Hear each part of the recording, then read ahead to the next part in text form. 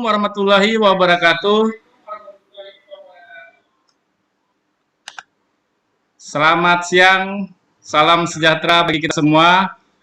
Yang saya hormati Bapak Ibu guru hebat, luar biasa sudah menyempatkan waktu untuk mengikuti kegiatan pada siang hari ini, yaitu aksi nyata, yaitu tentang budaya positif yang akan kami sampaikan, yaitu saya sendiri Nanda Sanjani SPD dan Bapak Abdul Manan Tambah SPDI. Pada kesempatan kali ini saya sebagai moderator, yaitu susunan acara yang pertama yaitu pembukaan oleh saya sendiri, yang kedua doa, yang ketiga penyampaian materi oleh Bapak Abdul Manan Tambah dan saya sendiri Nanda Sanjani SPD. Lalu untuk selanjutnya sesi tanya jawab dan penutup. Untuk mempersingkat waktu, langsung saja kita mulai sesi yang pertama, yaitu pembukaan oleh saya sendiri. Lalu yang kedua, kita membacakan doa yang akan dibacakan oleh Bapak Abdul Manan Tambah. Waktu dan tempat kami persilakan. Terima kasih Pak Nanda Sanjani. Terima kasih Pak Nanda Sanjani atas waktu yang diberikan kepada saya untuk menambah keberkahan kita, kegiatan kita pada hari ini. Mari kita sama-sama berdoa untuk yang beragama Islam, yang lainnya kemudian untuk yangnya diperkenankan untuk menyesuaikan. A'udzubillahi minasyaitonirrajim. Bismillahirrahmanirrahim. Alhamdulillahirabbil alamin wassalamu ala asrafil anbiya'i wal mursalin wa ala alihi sahbihi rasulillahi ajma'in. Ya Allah ya Tuhan kami, pada hari ini kumpul ya Allah dalam acara melaksanakan kegiatan akta modul 1.4 tentang budaya positif. Oleh karena itu ya Allah, berkahilah acara kami ini, berilah kami ini, dan berilah kemudahan bagi kami untuk melaksanakan kegiatan ini, serta sebagai sarana kebaikan yang terus pembendaharaan ilmu bagi kami tahu. Ya Allah ya Tuhan, kami tahu pada saat ini kami masih banyak kekurangan, kehilapan, salah. Mohon ampun ya Allah atas segala salah dan khilaf kami. Hanya kepadamu mohon dan hanya kepadamu. Rabbana atina fid dunya hasanah wa fil akhirati hasanah wa qina adzabannar. Assalamualaikum warahmatullahi wabarakatuh. Assalamualaikum warahmatullahi wabarakatuh. Waalaikumsalam warahmatullahi wabarakatuh. Terima kasih kepada Bapak Abdul Manan Tambah yang sudah memimpin doa. Semoga kegiatan kita di siang ini dapat bermanfaat dan berguna untuk kedepannya. Selanjutnya yaitu penyampaian materi oleh Bapak Abdul Manan Tambah tentang budaya positif, yaitu tentang perubahan paradigma belajar, disiplin positif, motivasi perilaku manusia. Dan nanti selanjutnya materi akan dilanjutkan oleh saya sendiri, yaitu tentang kebutuhan dasar, posisi kontrol restitusi, keyakinan kelas, dan segitiga restitusi. Waktu dan tempat saya persilakan kepada Bapak Abdul Manan Tambah untuk mempresentasikan. Terima kasih atas waktu yang diberikan oleh Bapak Nanda Sanjani SPD. Di sini saya tidak bermaksud untuk menggurui Bapak Ibu semuanya. Maka kita hari ini adalah seorang guru adalah seseorang yang hebat.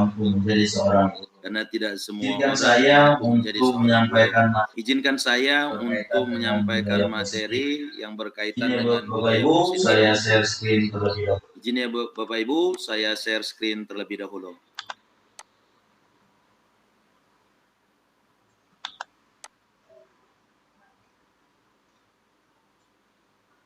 Bagaimana Bapak Ibu, sudah nampak gak?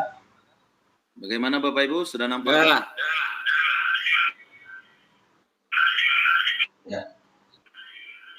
Ya. Bapak guru hebat. Bapak guru hebat.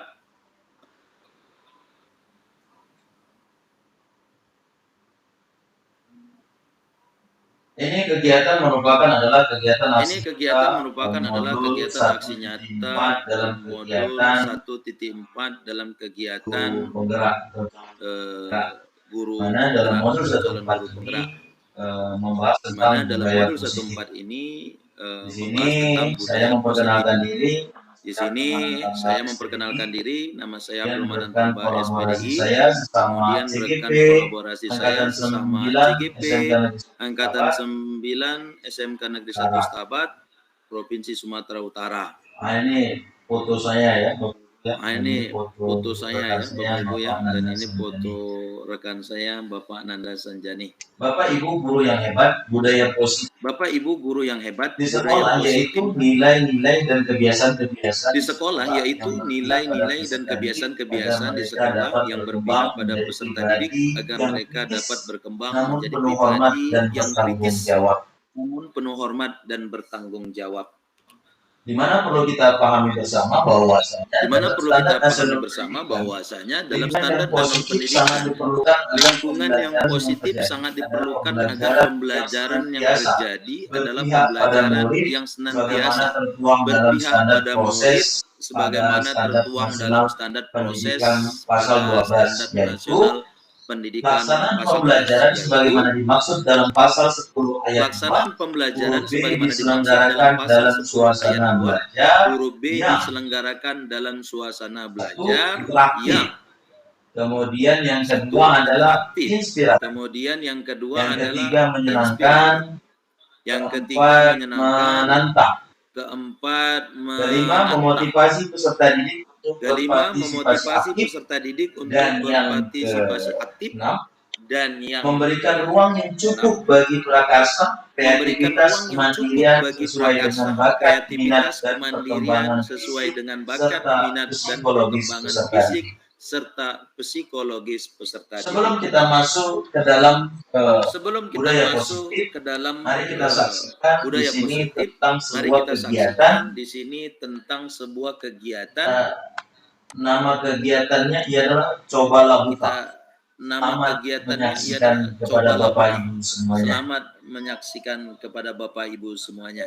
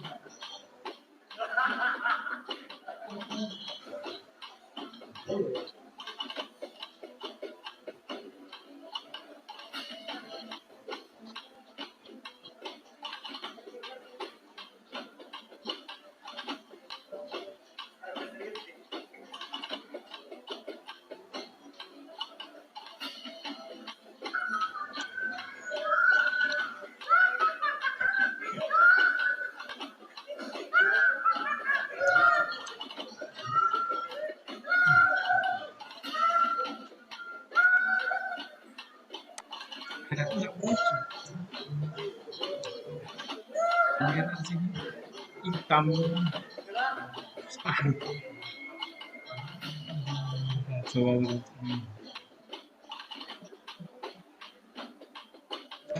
Udah.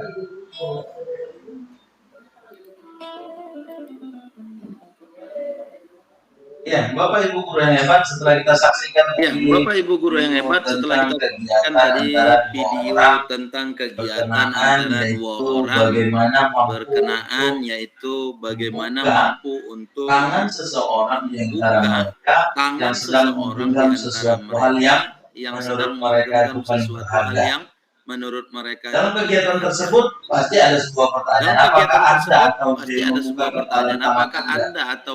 Lalu mengapa, apa alasan Anda atau B membuka kepalan tangan? alasan Anda atau B Kemudian membuka muncul juga kepalan pertanyaan, apakah Anda atau Kemudian B muncul menutup juga kepalan tangan pertanyaan, Anda? apakah Anda atau B Mengapa menutup kepalan alasan tangan Anda Mengapa atau B tetap menutup kepalan tangan Anda? atau B tetap Dan yang menutup ketiga kepalan adalah, tangan Anda? dalam kegiatan ini sesungguhnya Dan siapa yang ketiga yang adalah, memegang dalam kendali kegiatan ini atau sesungguhnya kontrol siapa untuk yang membuka memegang atau kendali menutup atau kepalan kontrol untuk tangan membuka tersebut. atau menutup kepalan tangan Ya, tersebut. Bapak Ibu semuanya, kemungkinan jawaban Bapak kita Ibu terhadap semuanya, pertanyaan-pertanyaan kemungkinan pertama jawaban dan kita kedua terhadap bervariasi, pertanyaan antara dan yang kedua bersedia membuka bervariasi, dan yang tetap bertahan antara untuk yang kepalan bersedia tangannya. membuka dan yang tetap Pertanyaan bertahan ketiga, menutup siapakah kepalan tangannya. sesungguhnya yang memegang kontrol, yang Pertanyaan menutup ketiga, kepalan siapakah tangan, sesungguhnya atau yang yang memegang berusaha kontrol, dengan yang segala cara menutup untuk kepalan tangan membuka atau yang kepalan tangan berusaha rekannya? dengan segala cara untuk Jawabannya membuka tentu kita kepalan sendiri tangan yang rekannya? memegang kontrol atas kepalan Jawabannya tangan tentu kita kita. sendiri yang memegang Apakah kita kontrol membuka atas atau kepalan menutup tangan kepalan kita. tangan kita, Apakah kita itu membuka tergantung atau pada menutup diri kepalan kita tangan kita, masing-masing, itu sesuai dengan tergantung pada diri kebutuhan kita dasar kita masing-masing saat sesuai itu. dengan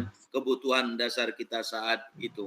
Jadi permainan coba lakukan dalam konteks ini Jadi mengajarkan permainan beberapa coba lakukan hikmah dan dalam konteks pelajaran ini yang berhubungan mengajarkan dengan beberapa kehidupan kita hikmah dan sehari-hari. pelajaran yang Yang berhubungan dengan pertama, kehidupan pentingnya kita menjaga sehari-hari. nilai dan prinsip. Yang pertama, Dalam pentingnya permainan ini, menjaga pemain nilai A dan diminta prinsip. untuk menjaga Dalam sesuatu yang permainan sangat ini, berharga pemain A yang diminta dapat untuk diartikan menjaga sebagai sesuatu nilai yang sangat prinsip berharga yang atau dapat tujuan dalam diartikan hidup. sebagai nilai Ini prinsip mengajarkan atau pentingnya tujuan dalam berpegang hidup. teguh pada Ini nilai-nilai pribadi mengajarkan dan pentingnya tujuan berpegang yang teguh pada mungkin kita nilai-nilai miliki. pribadi dan tujuan yang Kemudian mungkin yaitu kita tantangan dan miliki. tekanan. Pemain Kemudian A yaitu dihadapkan pada tantangan dan berbagai jenis tekanan. tekanan seperti Pemain A bujukan, dihadapkan pada intimidasi, dan berbagai jenis godaan tekanan seperti untuk bujukan, membuka tangan. intimidasi, dan Ini godaan mengilustrasikan untuk bahwa dalam membuka hidup tangan. kita Ini akan menghadapi mengilustrasikan tekanan dan bahwa dalam tantangan hidup yang kita menguji akan ketahanan menghadapi kita. tekanan dan Pelajaran ini tantangan yang mengajarkan menguji kita untuk tetap ketahanan kuat kita. dan berpegang Pelajaran pada ini mengajarkan nilai-nilai kita kita, untuk tetap kuat bahkan dan dalam berpegang pada situasi sulit. nilai-nilai kita, bahkan dalam Kemudian yang situasi ketiga sulit. adalah negosiasi dan komunikasi. Kemudian yang Pemain B ketiga harus adalah menggunakan negosiasi dan berbagai komunikasi. metode Pemain B komunikasi harus untuk mencoba menggunakan membuka berbagai tangan metode pemain A. komunikasi Ini untuk mengajarkan mencoba membuka pentingnya tangan kemampuan pemain A. komunikasi Ini yang mengajarkan dalam pentingnya kehidupan kemampuan sehari-hari, komunikasi terutama efektif dalam dalam kehidupan situasi sehari-hari, di mana kita terutama perlu dalam berinteraksi dengan orang situasi lain di mana kita untuk perlu mencapai tujuan berinteraksi dengan bersama. orang lain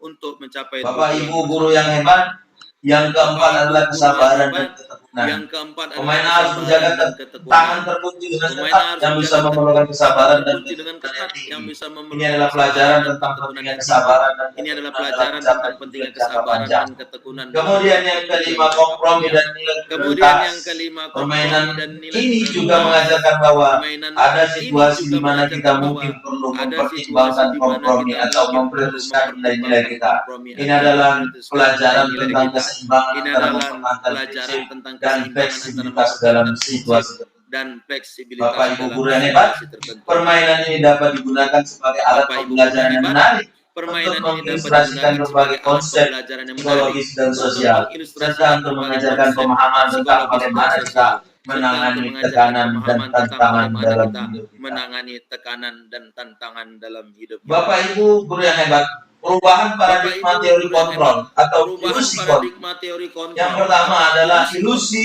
bahwa Yang pertama guru adalah itu ilusi senantiasa bahwa mengontrol murid. guru itu Pada dasarnya kita senantiasa dapat mengontrol memaksa murid untuk berbuat Pada sesuatu dasarnya kita kalau dapat murid tersebut memaksa murid memilih untuk untuk berbuat tidak sesuatu melakukannya. jikalau murid tersebut Walaupun memilih tampaknya untuk guru tidak sedang melakukannya. mengontrol perilaku murid, Walaupun hal tampaknya demikian guru terjadi sedang karena mengontrol murid sedang perilaku murid, mengizinkan hal dirinya demikian dikontrol. terjadi karena Saat murid itu sedang bentuk mengizinkan kontrol dirinya guru dikontrol. menjadi Saat kebutuhan itu dasar bentuk kontrol yang guru dipilih menjadi murid tersebut. kebutuhan dasar Teori yang kontrol dipilih menyatakan murid bahwa tersebut. semua Teori perilaku kontrol memiliki menyatakan tujuan, bahwa bahkan semua terhadap perilaku perilaku memiliki yang tidak tujuan, disukai. bahkan terhadap perilaku Kemudian yang Bapak tidak Ibu guru yang disukai. hebat, ilusi bahwa Kemudian semua Bapak Ibu guru yang penguatan hebat, ilusi bahwa positif semua itu penguatan efektif dan bermanfaat.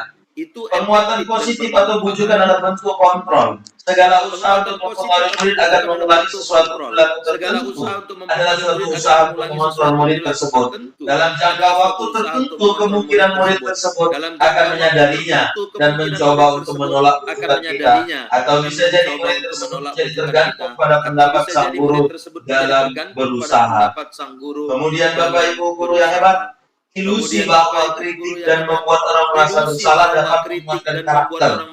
Menggunakan kritik dan rasa bersalah untuk mengontrol murid menuju pada identitas gagal. Mereka belajar untuk merasa buruk tentang diri mereka. Mereka mengembangkan dialog diri yang negatif. Kadangkala sulit bagi guru untuk mengidentifikasi bahwa mereka sedang melakukan perilaku ini, karena seringkali guru cukup menggunakan suara halus untuk menyampaikan pesan negatif. Kemudian yang keempat adalah ilusi bahwa orang dewasa memiliki hak untuk memaksa. Banyak orang dewasa yang percaya bahwa mereka memiliki tanggung jawab untuk membuat murid-murid berbuat hal tertentu. Apapun yang dilakukan dapat diterima selama ada sebuah kemajuan berdasarkan pengukuran kinerja. Pada saat itu pula orang dewasa akan menyadari bahwa perilaku memaksa tidak efektif untuk jangka waktu panjang dan sebuah hubungan permusuhan akan terbentuk. Oleh karena itu, Bapak Guru yang hebat, kita perlu melakukan perubahan paradigma stimulus respon kepada pendekatan teori kontrol, di mana mungkin realitas kebutuhan kita sama selama ini kita anggap, padahal dalam teori kontrol realitas kebutuhan kita itu berbeda. Kemudian dalam stimulus respon semua orang melihat hal yang sama, padahal dalam teori kontrol setiap orang memiliki gambaran yang berbeda tergantung pada cara dia memandang. Kita mencoba mengubah orang agar berpandangan sama dengan kita, padahal dalam teori kontrol kita berusaha memahami pandangan orang lain tentang dunia yang dialaminya. Kemudian dalam stimulus respon perilaku buruk dilihat sebagai suatu kesalahan, padahal dalam teori kontrol semua perilaku memiliki tujuan. Dalam stimulus respon orang lain bisa mengontrol saya. Harusnya dalam teori kontrol hanya Anda yang mampu mengontrol diri Anda. Kemudian stimulus respon, saya bisa mengontrol orang lain. Padahal dalam teori kontrol Anda tidak bisa mengontrol orang lain. Kemudian dalam stimulus respon pemaksaan ada pada saat rujukan gagal. Padahal dalam teori kontrol kolaborasi dan konsensus menciptakan pilihan-pilihan baru. Model berpikir menang dan kalah senantiasa muncul dalam stimulus respon. Seharusnya dalam teori kontrol, model berpikir itu adalah menang dan menang. Bapak Ibu guru yang hebat, maka kita dengan keadaan positif tersebut, kita perlu memaknai tentang makna disiplin. Bapak pendidikan kita yaitu Bapak Ki Hajar Dewantara menyatakan bahwa di mana ada kemerdekaan, disitulah harus ada disiplin yang kuat. Sungguh pun disiplin itu bersifat disiplin, yaitu kita sendiri yang mewajibkan kita dengan sekeras-kerasnya, tetapi itu sama saja. Sebab kalau kita tidak cakap melakukan set tersebut, wajib penguasa lain mendisiplinkan diri kita. Dan peraturan demikian itulah harus ada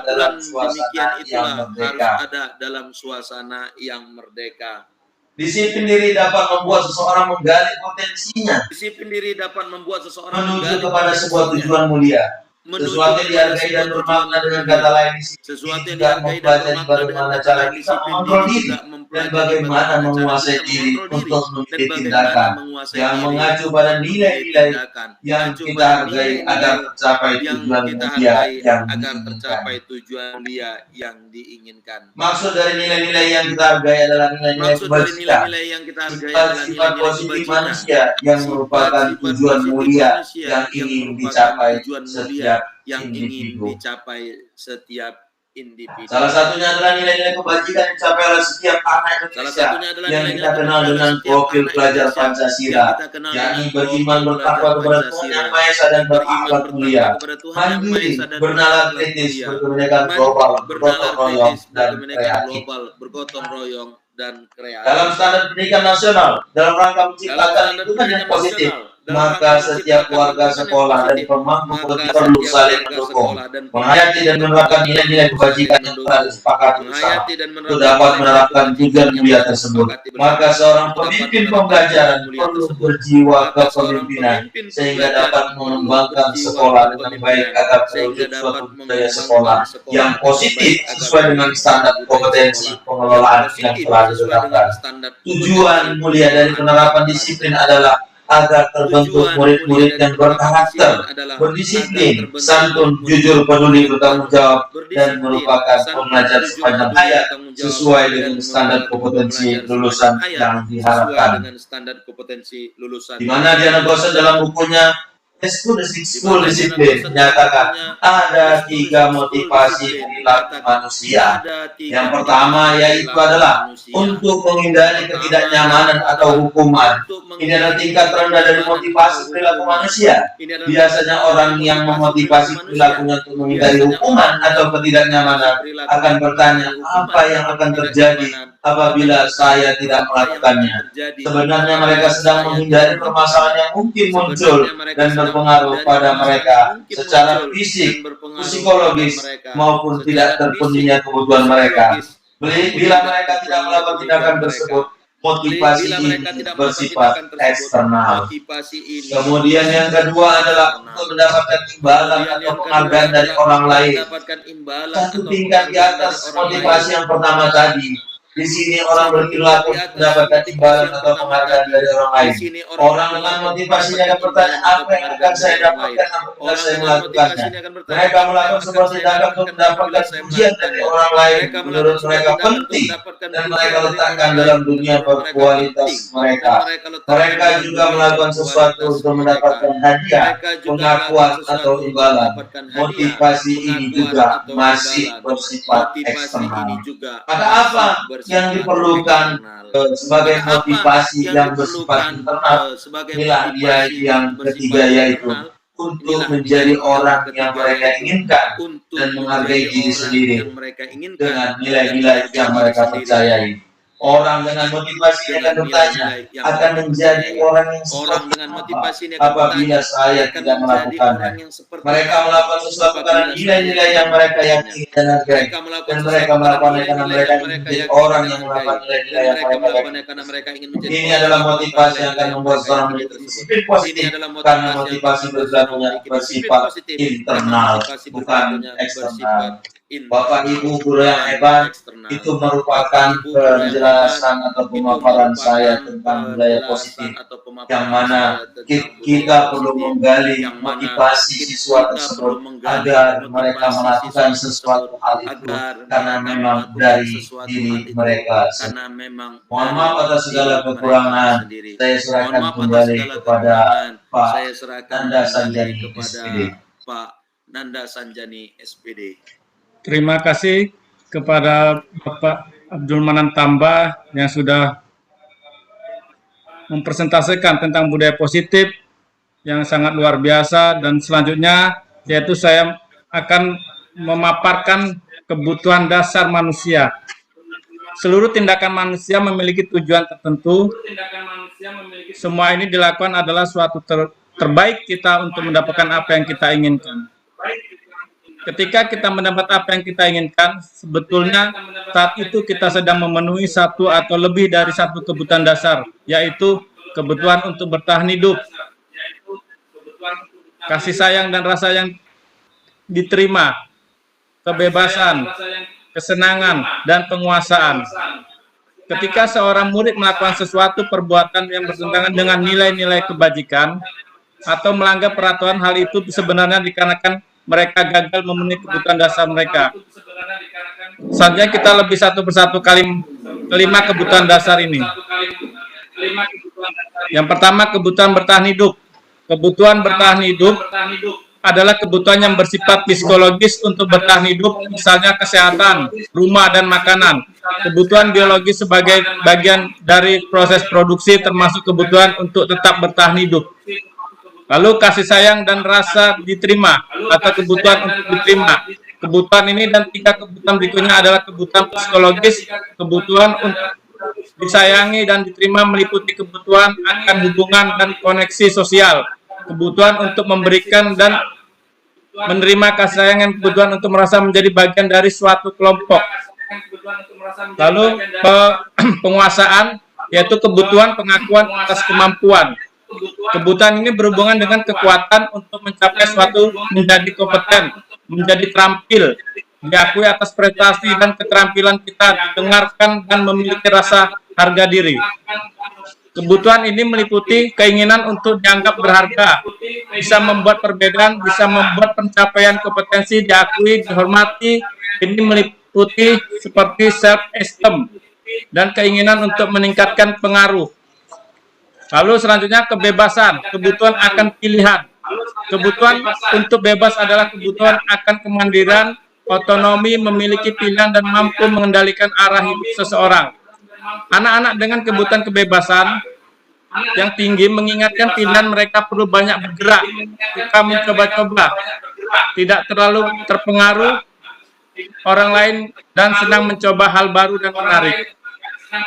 Kesenangan, yaitu kebutuhan untuk merasa senang. Kebutuhan akan senang adalah kebutuhan untuk mencari kesenangan, bermain, dan tertawa. Bayangkan hidup tanpa kenikmatan apapun betapa menyedihkannya. Belajar menghubungkan kebutuhan akan kesenangan dengan belajar. Semua hewan dan tingkat intelijen tinggi seperti lumba-lumba atau primata dan lain-lain bermain saat mereka bermain, mereka mempelajari keterampilan hidup yang penting. Manusia tidak berbeda dengan selanjutnya. Di sini ada sebuah kasus, yaitu Ibu Ambar, guru wali kelas 2A dan SD Pelita Hati, sedang bingung menghadapi ulah salah satu murid di kelasnya. Dimas namanya. Beberapa anak di kelas 2A telah datang padanya dan mengeluhkan Dimas yang seringkali meminta bekal makanan siang mereka dengan paksa.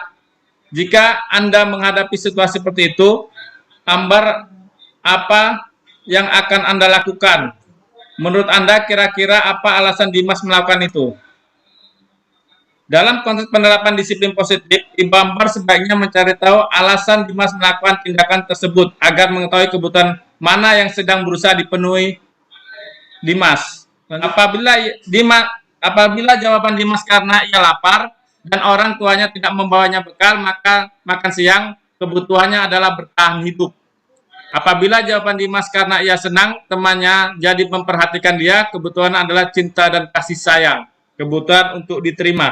Lalu apabila jawaban Dimas adalah dia merasa hebat karena temannya jadi takut dan menuruti keinginannya, kebutuhan adalah penguasaan.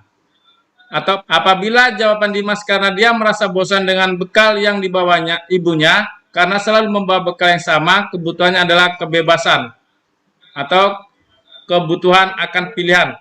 Apabila jawaban Dimas adalah karena iseng saja dan dia menikmati ekspresi wajah temannya yang kesal karena diambil makanannya, kebutuhannya adalah kesenangan. 5 posisi kontrol, yaitu penghukum, lalu pembuat merasa bersalah, sebagai teman, pemantau, dan yang terakhir manajer. Melalui serangkaian riset dan berdasarkan dari teori kontrol Dr. William Glasser, Goshen berkesimpulan ada 5 posisi kontrol diterapkan seorang guru, orang tua, ataupun dalam melakukan kontrol. Kelima posisi kontrol tersebut adalah penghukum, pembuat rasa bersalah, teman sebagai pemantau, dan manajer. Mari kita tinjau lebih dalam kelima posisi kontrol tersebut. Sebagai penghukum, di mana seorang penghukum bisa menggunakan hukuman fisik maupun verbal. Orang-orang yang menjalankan posisi penghukum senantiasa mengatakan bahwa sekolah memerlukan sistem atau alat yang dapat lebih menekankan murid-murid lebih dalam lagi. Guru-guru yang menerapkan posisi penghukum akan berkata, patuhilah aturan-aturan saya atau awas, atau kamu selalu saja salah. Nah, itu sebagai penghukum. Lalu pembuat merasa bersalah. Pada posisi ini biasanya guru akan bersuara lebih lembut Pembuatan rasa bersalah akan menggunakan keheningan yang membuat orang lain merasa tidak nyaman, bersalah, atau rendah diri. Kata-kata yang keluar dengan lembut akan seperti, "Ibu sangat kecewa sekali dengan kamu." Atau beberapa kali, "Bapak harus memberikan kamu ya." Atau gimana coba kalau orang tua kamu tahu kamu berbuat begini.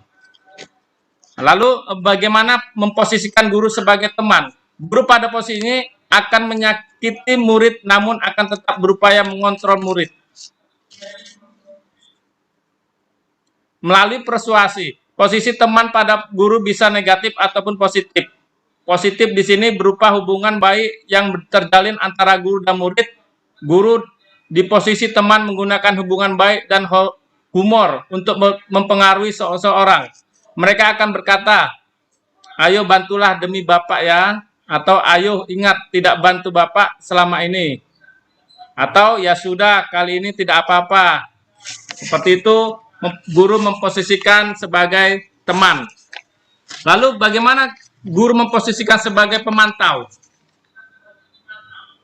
Yaitu berarti mengawasi. Pada saat kita mengawasi, kita bertanggung jawab atas perilaku orang-orang yang kita awasi. Posisi pemantau berdasarkan pada peraturan-peraturan dan konsekuensi dengan menggunakan sanksi atau konsekuensi. Kita dapat memisahkan hubungan pribadi kita dengan murid.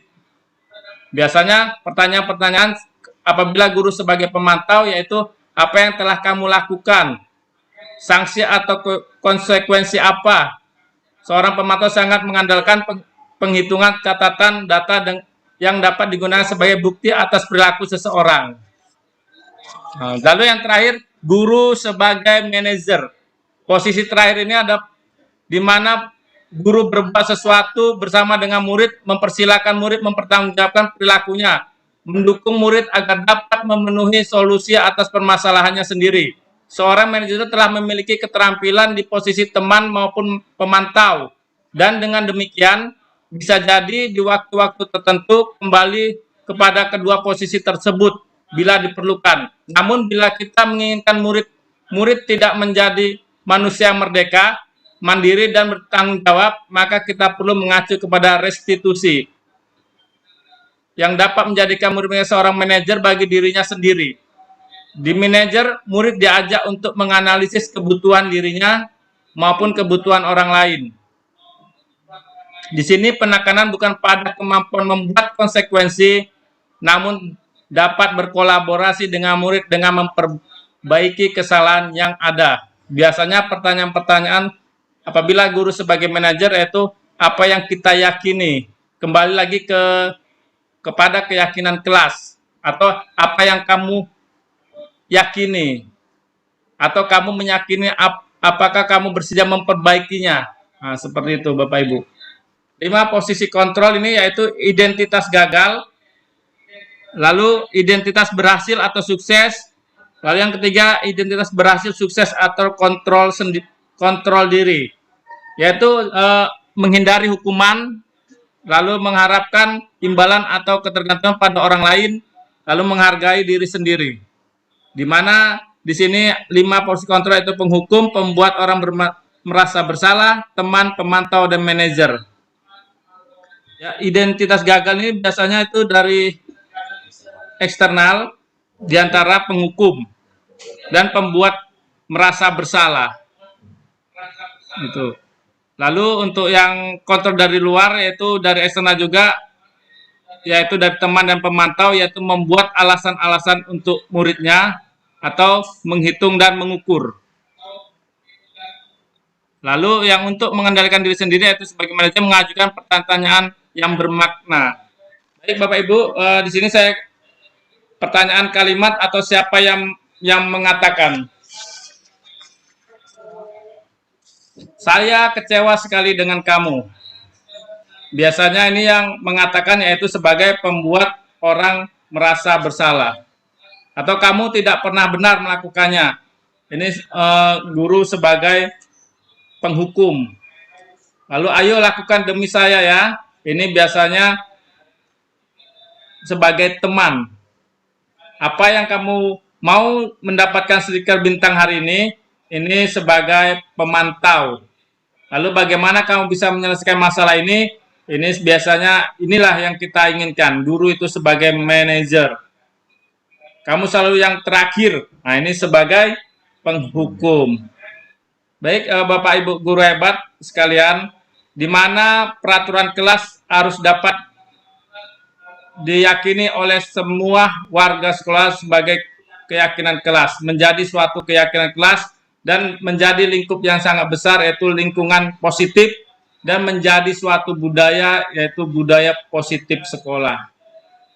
Jadi beranjak dari peraturan kelas menjadi keyakinan kelas dan lingkungan kelas, setelah menjadi yang diharapkan, yaitu menjadi budaya positif di sekolah. Keyakinan kelas. Keyakinan kelas adalah nilai-nilai kebajikan atau prinsip universal yang disepakati bersama secara universal lepas dari latar belakang suku, negara, bahasa, maupun agama. Menurut Gosen 1998, suatu keyakinan akan lebih memotivasi seorang dari dalam intrinsik seseorang akan lebih bersemangat untuk menjalankan keyakinan daripada hanya sekedar mengikuti serangkaian peraturan.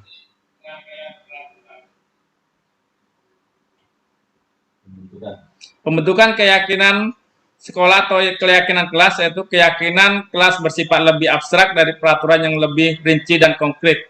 Contohnya Bapak Ibu, kita mempunyai peraturan di sekolah kita, yaitu masuk jam 7.30, dan itu harus menjadi suatu keyakinan kepada siswa-siswi kita, yaitu dengan keyakinan tepat waktu datang ke sekolah. Yaitu keyakinan kelas berupa pernyataan-pernyataan universal, keyakinan yang dalam bentuk positif, keyakinan kelas hendak tidak terlalu banyak sehingga mudah diingat dan dipahami oleh semua warga kelas. Keyakinan kelas sebaiknya suatu yang dapat diterapkan di lingkungan tersebut. Semua warga kelas hendaknya ikut berkontribusi dalam pembuatan keyakinan kelas lewat kegiatan curah pendapat, lalu bersedia meninjau kembali keyakinan kelas dari waktu ke waktu. Restitusi, Bapak Ibu guru hebat. Proses menciptakan kondisi bagi murid untuk memperbaiki kesalahan mereka sehingga mereka bisa kembali pada kelompok mereka dengan karakter yang lebih kuat. Maka kita lakukan yaitu dengan segitiga restitusi. Yang pertama, membantu murid menjadi lebih memiliki tujuan disiplin positif serta memuliakan dirinya setelah berbuat salah. Lalu yang kedua, membantu murid untuk jujur pada dirinya sendiri dan mengevaluasi dampak dari kesalahan yang dilakukan. Lalu yang terakhir, memberikan penawaran bukan paksaan. Jadi kita sebagai guru yaitu memberi penawaran untuk penyelesaian masalah, tapi bukan memberikan paksaan terhadap murid kita. Baik Bapak Ibu, inilah model untuk segitiga restitusi, yaitu segitiga untuk bagian paling bawah itu menstabilkan identitas. Lalu untuk sisi miring validasi tindakan yang salah, dan sebelahnya lagi menanyakan keyakinan kelas. Inilah bentuk segitiga restitusi. Tahapan segitiga restitusi yang sudah kita lihat tadi dari diagram segitiga restitusi yaitu menstabilkan identitas, yaitu teori kontrolnya kita semua akan melakukan hal terbaik yang bisa kita lakukan. Lalu validasi tindakan yang salah, semua perilaku memiliki alasan. Lalu yang ketiga, menanyakan keyakinan, kita semua memiliki motivasi internal. Menstabilkan identitas, biasanya ini pertanyaan-pertanyaan yang sering dilakukan oleh guru untuk menstabilkan identitas, yaitu berbuat salah itu tidak apa-apa. Lalu tidak ada manusia yang sempurna. Saya juga pernah melakukan kesalahan seperti itu. Kita bisa menyelesaikan ini, atau Bapak Ibu tidak tertarik mencari siapa yang salah, tapi Bapak Ibu ingin mencari solusi bagi permasalahan ini. Lalu untuk validasi tindakan yang salah, biasanya pertanyaan-pertanyaan yang muncul atau pertanyaan-pertanyaan yang bermakna yang dilontarkan kepada peserta didik, yaitu padahal kamu bisa melakukan yang lebih buruk dari ini. Atau kamu pasti punya alasan mengapa melakukan hal itu. Atau kamu patuh bangga pada dirimu sendiri karena kamu telah melindungi sesuatu yang penting buatmu. Lalu yang terakhir, kamu boleh mempertahankan sikap itu, tapi harus menambahkan sikap yang baru. Lalu yang terakhir, untuk menanyakan keyakinan, biasanya pertanyaan-pertanyaan yang sering diberikan kepada peserta didik yang memiliki permasalahan, yaitu seperti apa yang kita percaya sebagai kelas atau keluarga. Apa nilai-nilai umum yang kita telah sepakati? Apa bayangan kita tentang kelas yang ideal? Atau kamu mau jadi apa? Atau yang seperti apa? Biasanya seperti itu. Baik, inilah video untuk penerapan disiplin segitiga restitusi. Banget. Masa aku dikatain pelakuan, Pak? Suara Ya aku marah lah. Aku balik ngatain Eka di depan kelas. Banget.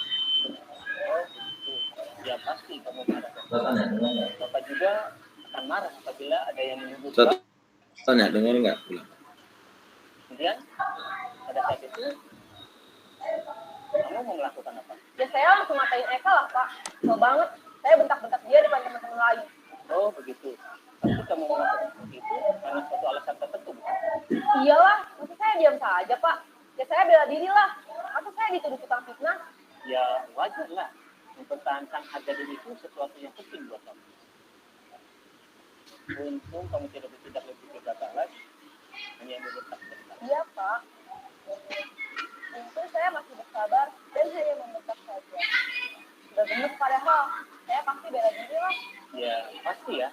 Tapi kamu memilih untuk tetap bertahan dan bersabar. Kamu memilih untuk tidak berbuat lebih parah lagi. Nah, sekarang coba kita lihat lagi tindakan kamu yang bentak-bentak Eka di kelas. Tindakan kamu itu kira-kira sesuai dengan keyakinan kelas atau prinsip kamu tidak? Enggak lah, Pak. Capek, Pak, jadi pemarah. Jadi keyakinan atau prinsip mana yang kurang sesuai dengan keinginan kamu? Ya, saya sebenarnya sangat menghargai orang lain. Ya, mungkin saat itu saya menjadi emosi, jadi tidak menunjukkan sikap itu. Kamu meyakini tidak menghargai orang lain itu penting buat kamu? Yakinlah, Pak. Iya, setuju. Kita harus saling menghargai. Namun ada juga keyakinan yang kita sepakati yang perlu kita jalankan apabila kita sedang marah, kan? Ya, saya bisa lebih proaktif. Mulai dengan diri sendiri. Saya bisa jadi lebih sabar, mengambil waktu jeda untuk berpikir mau apa selanjutnya. Kira-kira kamu bersedia memperbaiki masalah ini tidak? Sedia, Pak. Kalau kamu memperbaiki masalah ini, kamu akan menjadi orang seperti apa? Saya akan menjadi orang yang bertanggung jawab kali ya, Pak. Dan senantiasa proaktif. Ya, menurut kamu bagaimana rasanya menjadi orang seperti itu? Ya nyaman lah. Bangga bisa bersabar dan menahan diri. Baiklah kalau begitu. Yuk kita pikirkan bagaimana memperbaiki masalah ini.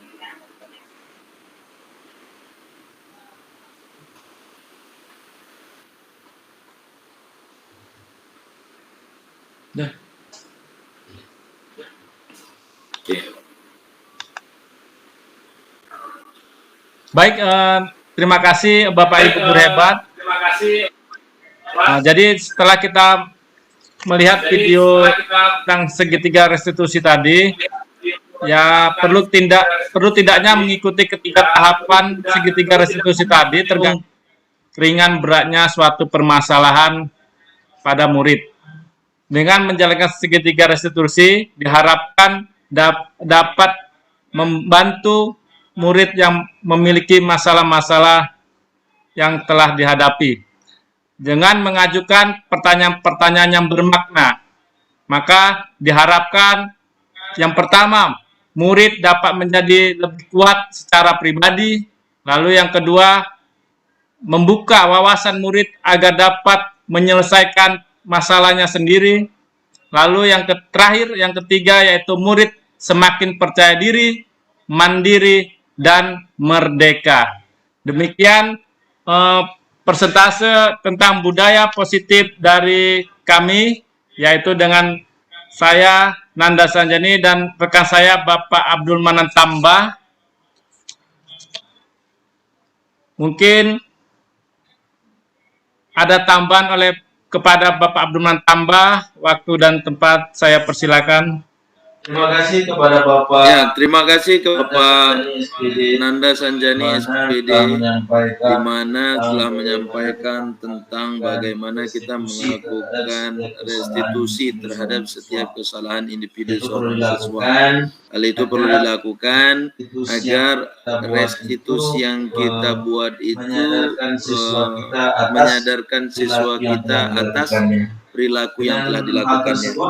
Dengan hal tersebut, maka budaya positif dalam menangani setiap perilaku siswa akan menjadi lebih efektif. Bapak Ibu semuanya, seandainya ada yang ingin melakukan komunikasi baik pertanyaan ataupun evaluasi atas penyampaian kami ini, kami perkenankan dengan sebaik-baiknya agar karya kami ini menjadi lebih baik lagi. Terima kasih kepada Bapak Ibu yang sudah menyempatkan waktunya. Demikian tadi persentase dari kami CGP Angkatan 9 Kabupaten Langkat Provinsi Sumatera Utara, dan saya pribadi atas nama Nanda Sanjani dan rekan saya Bapak Abdul Manan Tambah memohon maaf atas segala kekurangan, dan apapun itu masukan-masukan ke depannya mungkin bisa disampaikan kepada kami agar lebih baik lagi.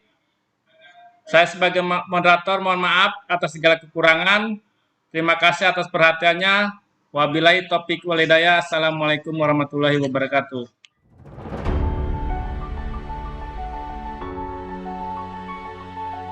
Warahmatullahi wabarakatuh. Saya Beni Winalda, guru bahasa Indonesia.